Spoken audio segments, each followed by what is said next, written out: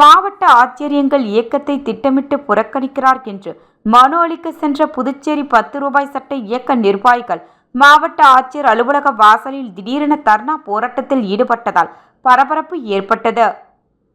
புதுச்சேரி 10 ரூபாய் சட்ட இயக்கம் சார்பில் இன்று காலை வழுதாவூர் சாலையில் உள்ள மாவட்ட ஆட்சியர் அலுவலகத்தில் இயக்க தலைவர் ரகு என்கின்ற ரகுநாதன் தலைமையில் ஆட்சியர் குலோத்துங்கனை சந்தித்து மனு அளிக்க வந்திருந்தனர். அதற்கு ஆட்சியர் அலுவலகத்தில் உள்ள ஊழியர்கள் கலெக்டர் வருவதற்கு தாமதமாகும் என 10 ரூபாய் சட்ட இயக்க நிர்வாகிகளிடம் கூறியுள்ளனர். பிறகு அலுவலக வாசலில் இயக்கத்தினர் காத்திருந்தனர். அதனைத் தொடர்ந்து சுமார் 3 மணி நேரம் ஆகியும் கலெக்டர் வராததால் கோபமடைந்த இயக்க நிர்வாகிகள் எங்கள் இயக்கம் வருவதை முன்கூட்டியே தெரிந்து கொண்டு ஒவ்வொரு முறையும் வேண்டுமென்றே எங்கள் இயக்கத்தை கலெக்டர் புறக்கணிப்பதாக அவர்கள் குற்றம் சாட்டினர். அதனைத் தொடர்ந்து மாவட்ட ஆட்சியர் அலுவலக வாசலில் 10 ரூபாய் சட்ட இயக்க நிர்வாகிகள் திடீரென தர்ணா போராட்டத்திலும் ஈடுபட்டனர். பிறகு போலீசார் அவர்களை சமாதானம் செய்ததில் அவர்கள் தர்ணா போராட்டத்தை கைவிட்டனர். இதனால் அப்பகுதியில் சிறிது நேரம் பரபரப்பு ஏற்பட்டது. எல்லாருக்கும் வணக்கம். கடந்த 23ஆம் தேதி பார்த்தோன்னா நம்ம புதுச்சேரி அரியாங்குப்பம் தொகுதியில் ஒரு ஆலயத்தை இடித்தாங்க. எந்த ஒரு இடையூறும் இல்லாமல் சுயம்பு புத்து கோயில். ஆனால் சுப்ரீம் கோர்ட் என்ன சொல்லிச்சுன்னா, ஆலயங்கள் தேவாலயங்கள் பள்ளிக்கூடங்கள் அருகாமையிலிருந்து 500 மீட்டருக்கு இடைப்பட்ட தூரத்தில் தான் மதுக்கடை வைக்க வேண்டும்.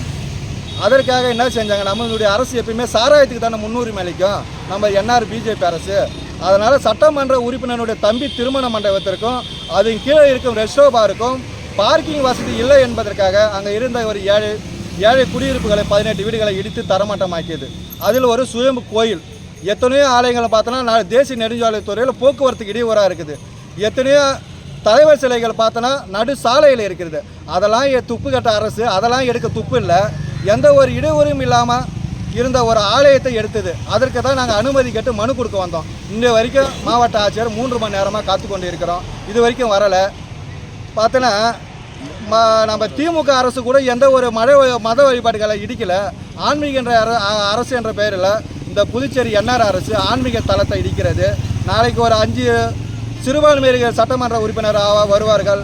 அவர்கள் பார்த்தோன்னா முதலமைச்சராக ஆவார், அமைச்சராக. நாளைக்கு இந்து அறநிலையத்துறை எடுத்துக்கின்னு இருக்கிற இந்து கோயிலுக்கெல்லாம் இடிக்கணும்னு உத்தரவு போட்டால் இந்த அரசு இடிக்குமா?